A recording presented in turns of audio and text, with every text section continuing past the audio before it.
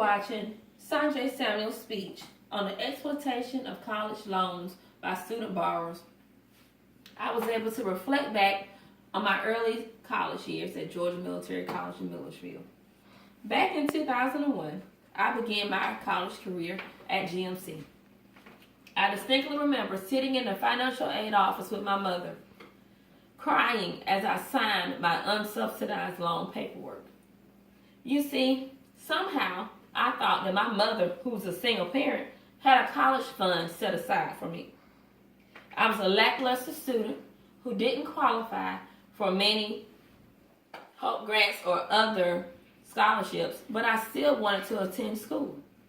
I was naive and uneducated about the effects of student loans and what it would require of me later on in life. Fast forward 16 years later, I'm still on the quest to complete my bachelor's degree. Since then, I have attended 4 schools, and I've made some bad choices and some good choices as well.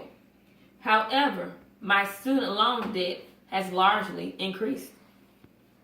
I had no intentions of having this much student loan debt or taking this much time to finish my degree, but I know that with time and patience, I will do it. 61% of new jobs only require a high school diploma. By a show of hands, how many of you have attended post-secondary school? By a show of hands, how many of you are working in your field of study? Please tell me, how much are your student loans? Upward $50,000. How much are your student loans, sir? Upward to $45,000. Professor Samuels states that he believes that higher education is a consumer product. Student loan debt is profitable and diplomas are a brand. By being a consumer product, just as we rate telephones, cell phones, and computers, the consumer, that being the borrower, the student, should be able to rate their student loan versus their education experience.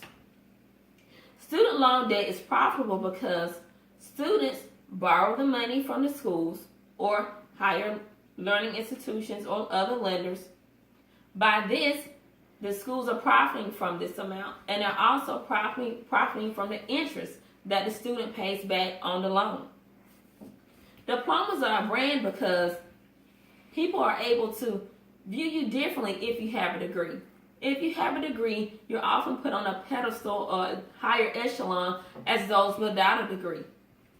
This doesn't always necessarily guarantee you that you'll get a job within your field of study or even that you'll obtain a job. Many students who have completed post-secondary college are unfortunately unable to find a career at all. In efforts to combat the increasing amount of student loan debt among student borrowers, Professor Samuels suggests the following: to institute income-based degrees, base your cost of the tuition based on your degree, and assist students with selecting degrees that are better suited for them. To institute income-based degrees would mean that a student who's getting a degree in criminal justice versus a student who's getting a degree in engineering or a science field should pay less because they're using less fees, they're having less fees at the school, such as lab fees and other costs that are associated with it. These students will end with college with the same amount of debt, but one student will most likely make much more money in their career field than the other student. The average debt among borrowers at public schools can be up to $27,000. Students who attend private institutions often can go up to $31,000. This is for a bachelor's degree. President Washington once said, "To contract new debt is to pay an old one." How much is it worth for you to get a college degree?